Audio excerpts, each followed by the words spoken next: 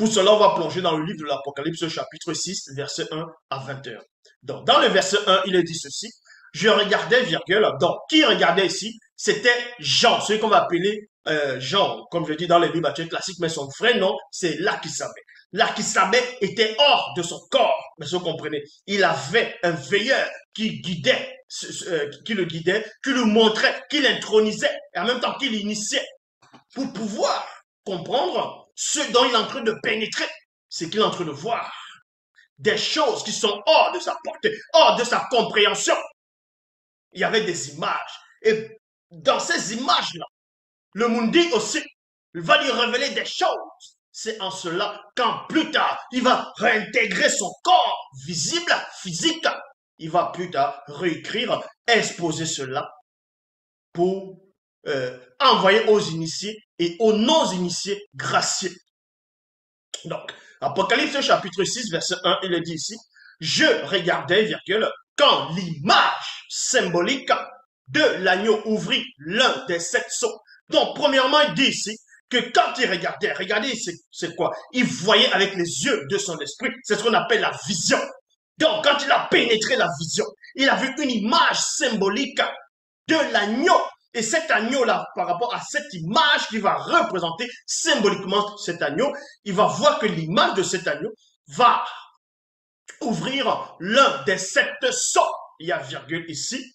Et j'entendis l'un des 4 Weyas. Weyas, ce sont les séraphins qui disaient comme une voix, comme d'une voix de tonnerre.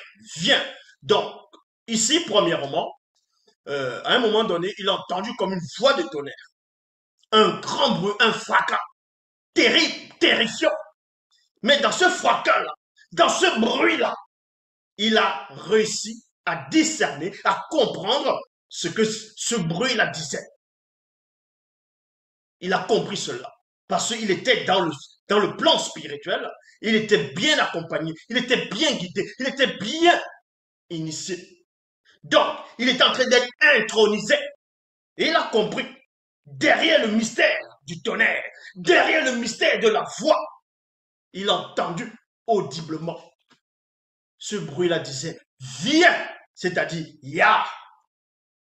Je regardais, et voici paru un homme noir, mystérieux. Donc, quand il a regardé, quand il a entendu ce bruit-là, il a entendu cette voix-là, il a entendu ce son-là, et il a compris que le son disait, la voix disait, viens. Et subitement, à quelques fractions de secondes, il y a un personnage, il y a un être qui s'est manifesté par-delà les cieux visibles par rapport à sa vision. Et il voit un homme qui est sur un cheval. Donc, c'est un homme mystérieux. Ici maintenant, il va préciser la couleur de cet homme, la physionomie de cet homme, l'identité de cet homme. Il vous dit ici, je regardais, et voici paru un homme mystérieux, donc qui représente l'esprit de Moto. Et on vous dit ici que quand il avait le premier cavalier du livre de l'Apocalypse, chapitre 6, il dit que cet homme-là était noir.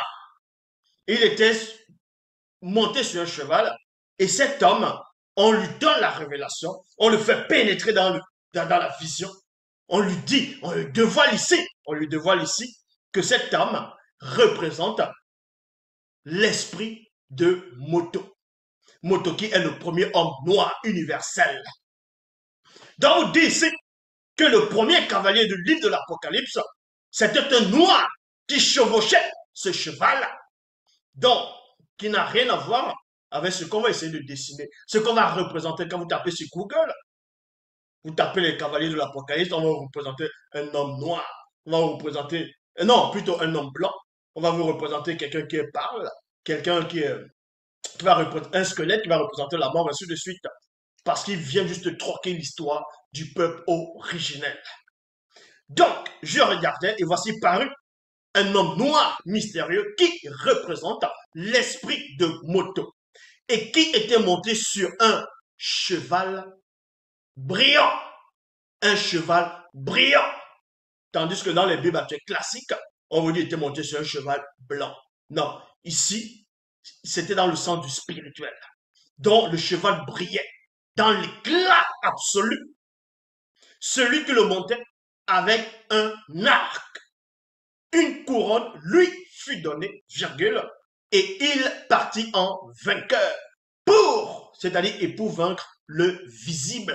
Vous voyez, parce qu'il n'était pas dans le visible. Il était par-delà les cieux visibles. Donc, il devait intégrer la dimension visible. Ça veut dire que quand ce cavalier qui représente l'esprit de Moto, monté sur un cheval brillant, va se manifester dans le visible, on ne va pas le voir, c'est-à-dire visuellement. Il va pénétrer dans le visible du non-visible. Donc ça veut dire que ce cavalier va venir dans le passé de ceux où le jugement sera exercé. Et en même temps qu'il sera le présent pour ces mêmes personnes-là. Donc ici, celui qui le montait avait un arc, point virgule, une couronne lui fut donnée et il partit en vainqueur pour vaincre le visible. Quand il ouvrit le second sceau, virgule, maintenant le sceau c'est quoi? Certaines personnes pourront se poser la question de savoir que mais c'est quel genre de sceau? Est-ce que c'est le sceau où on puise de l'eau? Est-ce que c'est le sceau, ce sceau là c'est quoi? Donc il y a il y avait plusieurs sortes de sceaux. Il y a le sceau où un maçon va utiliser pour mettre le béton ainsi dessus pour travailler, un seau pour laver les habits, il y a plusieurs formes de seaux. Maintenant, il y a les seaux royaux où on écrivait, c'est-à-dire quand le roi devait faire un courrier ou bien devait envoyer un autre roi, donc il y avait une bague là. Vous voyez, c'est comme si vous prenez une sorte de la bougie, vous faites couler la bougie, et voilà, c'était le seau avec la bague. Et on le mettait sur l'enveloppe, une sorte de papier, c'est-à-dire l'enveloppe, ou bien un rouleau. On mettait le seau et ça figeait exactement comme la bougie, voyez. Et quand on brise, pour lire ce qui est contenu dedans, il faut briser cela, le seau. Donc ici, ça représente le seau. Mais c'était pas quelque chose de physique, c'était quelque chose de spirituel. Est-ce que vous comprenez? Donc, on vous dit ici, quand il ouvrit le second sceau, virgule, j'ai entendu le second Wéa, donc séraphin, qui disait viens. Donc le premier séraphin va parler, va appeler l'autre, donc le premier cavalier noir qui est assis, qui chevauche un cheval brillant, va se manifester parce que le premier Wéa, donc le premier séraphin va l'appeler. Maintenant, il y a un deuxième séraphin qui va aussi appeler un autre cavalier. C'est pour ça qu'on vous dit ici, quand il ouvrit le second sceau, j'ai entendu le second Wéa qui disait viens. Cette fois-ci, il ne précise plus qu'il a entendu un bruit comme celui d'un tonnerre. Voyez, comme celui d'un tonnerre. Parce que le mystère du tonnerre, du bruit du tonnerre, n'était plus, ne l'intriguait plus ici. Il avait percé le bruit du tonnerre ici. Donc là, il pouvait facilement comprendre ce qui se déroulait. Et en cela, c'est là où maintenant, il dit que le second cavalier a entendu la voix, c'est-à-dire il entend la voix qui dit viens. Et il sortit un homme noir, mystérieux, qui représente l'âme de Moto, qui était monté sur un cheval roux. Vous voyez? Parce que quand je dis encore, vous allez taper sur Google, on va vous dire un cavalier roux, vous allez voir le facette d'un blanc. Voilà, parce qu'ils ont, comme je dis, trafiqué l'histoire. Mais néanmoins, on vous dit ici, et il sortit un homme noir, mystérieux, qui représente l'âme de Moto, et qui était monté sur un cheval roux. Celui qui le montait reçut le pouvoir d'enlever la paix de la terre, afin que plusieurs hommes qui ne marchent point selon le verbe s'entretuent les uns des autres, ainsi que des animaux, il y a point virgule ici, et une grande épée, c'est-à-dire en gros parole sous forme de sentence, lui fut donnée. Il y a point ici. Ça, c'est l'identité du deuxième cavalier. C'est représente l'âme de Moto. Quand il ouvrit le troisième sceau, j'ai entendu le troisième Wéa, donc le troisième séraphin, qui disait viens. Donc, ya. Je regardais et voici paru un homme noir mystérieux qui représente le corps de Moto. Le corps de Moto, ça dit que l'homme vit dans trois dimensions, la dimension spirituelle, donc, qui va représenter qui a un corps. Quand il dit la dimension spirituelle, pour intégrer dans la dimension spirituelle, il faut avoir un corps, et ce corps, c'est l'esprit. Il y a la dimension astrale, pour intégrer l'astral, il faut avoir un corps astral, donc l'âme. Il y a la dimension visible, donc physique, il faut avoir un corps physique solide, l'opaque.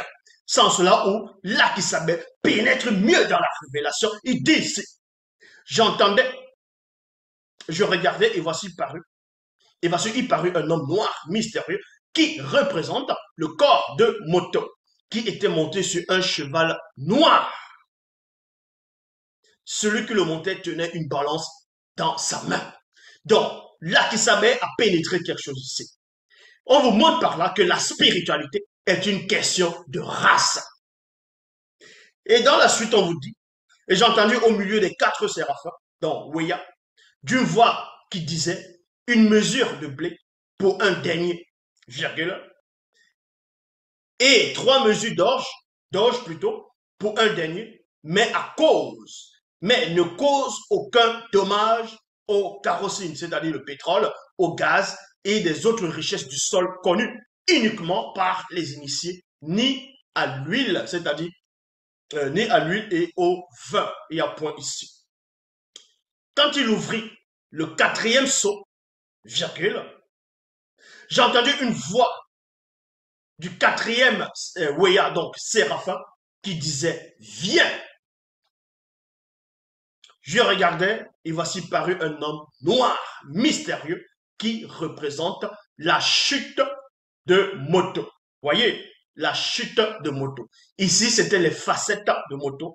Dans la première facette, où il va se manifester par-delà les cieux visibles, donc en tant qu'entité, et il se débrouille, il intègre la dimension visible, et là maintenant il donne naissance à l'âme, c'est-à-dire l'âme va se manifester, et il va connaître bien plus tard la dimension physique. Et là, quand tu vas chuter, c'est cette chute-là qui va représenter le 4e cavalier. Donc, les 4 cavaliers, c'est une seule et même personne. Et cette personne, c'est Moto dans ses différentes facettes. Et ces facettes vont représenter quoi? Vont représenter ce qui va venir, ce qui va se manifester dans la chute, dans la pré-chute, dans ce monde, que ce soit dans l'époque du passé, dans l'époque actuelle et dans l'époque du futur. Vous voyez, ce sont les étapes qui arrivent dans le quotidien des hommes. Est-ce que vous comprenez? Ce n'est pas qu'il y aura un jour spécial où toutes ces choses vont arriver. Non, c'est les différentes étapes de Moto, les conditions que l'homme va vivre à travers les gestes prophétiques de Moto, le premier homme noir universel. Donc vous dites, quand il ouvrit le 4e seau, j'entendis la voix du 4e Weya, Séraphin, qui disait, viens, donc Ya. Je regardais et voici, il parut un homme noir, mystérieux, qui représente la chute de Moto. Il était monté sur un cheval d'une couleur pâle, d'une couleur pâle, d'une couleur pâle. Donc la chute de Moto va produire la mort pour ceux qui viendront plus tard, pour une grande multitude de personnes. Est-ce que vous comprenez? Donc, comme je dis, Moto, les 4 cavaliers, c'est une seule et même personne, c'est l'homme noir. C'est l'existence de l'homme noir, c'est l'existence de l'humanité, les manifestations de ce de ce qui arrive dans le quotidien. Celui qui le montait avait le pouvoir de donner la mort. Et il y a virgule ici, on sait que la mort existe, les gens meurent tous les jours. Alors, et les entités qui amènent les âmes des défunts au Mundima Kwedi dans ce jour des morts l'accompagnait. L'accompagnait ici. Le pouvoir leur fut donné sur le quart de la terre pour faire périr spirituellement les hommes corrompus par l'épée, virgule, par la famine et par la mortalité. Il y a un point ici. Et c'est ce qu'on voit continuellement. Ce n'est les 4 cavaliers d'Apocalypse, ce n'est pas forcément qu'il y aura une période où on va avoir 4 êtres vivants, on va avoir 4 esprits, 4 entités qui vont se manifester par-delà les cieux visibles, qui vont venir et qui vont commencer à exercer le jugement, comme on essaie de montrer dans quelques films, où les gens qui sont dépourvus de spiritualité viennent raconter des hérésies. Ici, c'est les différentes étapes de moto. Et on vous dit ici, quand il ouvrit le 5e sceau, maintenant il y a un 5e sceau. Le 5e sceau, c'est quoi? C'est les effets de la chute qu'on va voir. Quand il ouvrit le 5e sceau, je vis les âmes des initiés après les morts physiques dans le séjour des vivants. Ceux-là j'étais mis à mort physiquement et non tué l'âme. Parce que l'homme ne peut tuer l'âme. À cause du verbe de Tété et à cause du témoignage qu'ils avaient rendu. Ils criaient d'une voix forte en disant, Mundima mais quoi qui s'est dit?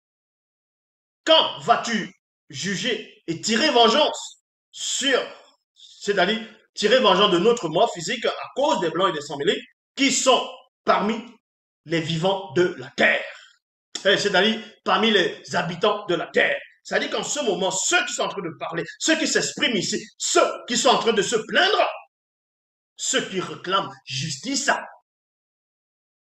n'étaient plus dans le visible, ne sont pas dans le visible, ne dépendent plus du système actuel. Ils sont, comme je dis, par-delà les cieux visibles. Une robe brillante, dans les versions classiques actuelles, dans le livre de l'Apocalypse, on dit une robe blanche. Mais c'est une robe brillante, fut donnée à chacun d'eux. Et il fut dit de se tenir en repos quelques temps encore, jusqu'à ce que fût complet le nombre de leurs compagnons de service et de leurs frères et sœurs qui devraient être mis à mort comme eux. Il y a point. Je regardais quand il ouvrit le 6e sceau. Là-bas, le 6e sceau. Et il y eut un grand tremblement de terre. Le soleil perdit sa clarté. La lune mystérieuse devint comme du sang. Et les étoiles de l'univers détrônées de leur place. Détrônées, donc, c'est-à-dire, quand ils sont là, ils vont quitter là, ils vont se mettre là, là, là, là. Mais dans d'autres me disent, non, les étoiles sont tombées et tout. Mais non, arrêtez un peu, arrêtez de délire. Le ciel visible se retira comme un livre en rouleau qu'on roule. Donc, là, c'est aussi une période aussi qui va se manifester en un temps aussi par rapport à cette scène ici. Et les étoiles de l'univers furent détrônées de leur place. Le ciel visible se retira comme un livre en rouleau qu'on roule, et toutes les montagnes et les îles furent remuées de leur place. Les rois de la terre, les grands, les chefs militaires, les riches, les puissants, tous les hommes n'ayant point obtenu la grâce se cachèrent dans des cavernes souterraines, des abris antinucléaires. Des abris antinucléaires. Vous voyez qu'ici, il y a plusieurs périodes aussi maintenant. Des abris antinucléaires, des forêts, et entre les rochers, des montagnes et collines. Donc, et il disait, si les montagnes, les collines, les arbres et les rochers pouvaient tomber près de nous et nous cacher devant la face du Mundima Meko qui s'est dit, car ce jour, car le grand jour de sa colère est venu, qui peut subsister? Donc, qui peut rester debout, qui peut tenir, hein, qui peut affronter la colère du Mundima Meko qui s'est dit. Donc, vous voyez à peu près comment ça s'est produit ici. Là. C'est là le mystère du livre de l'Apocalypse, dans la seule version authentique Bible, par le seul enseignant. Est-ce que vous comprenez? Il n'y en a pas deux. Le seul enseignant est là. L'Oba se glorifie toujours. Donc, c'est ça la vérité.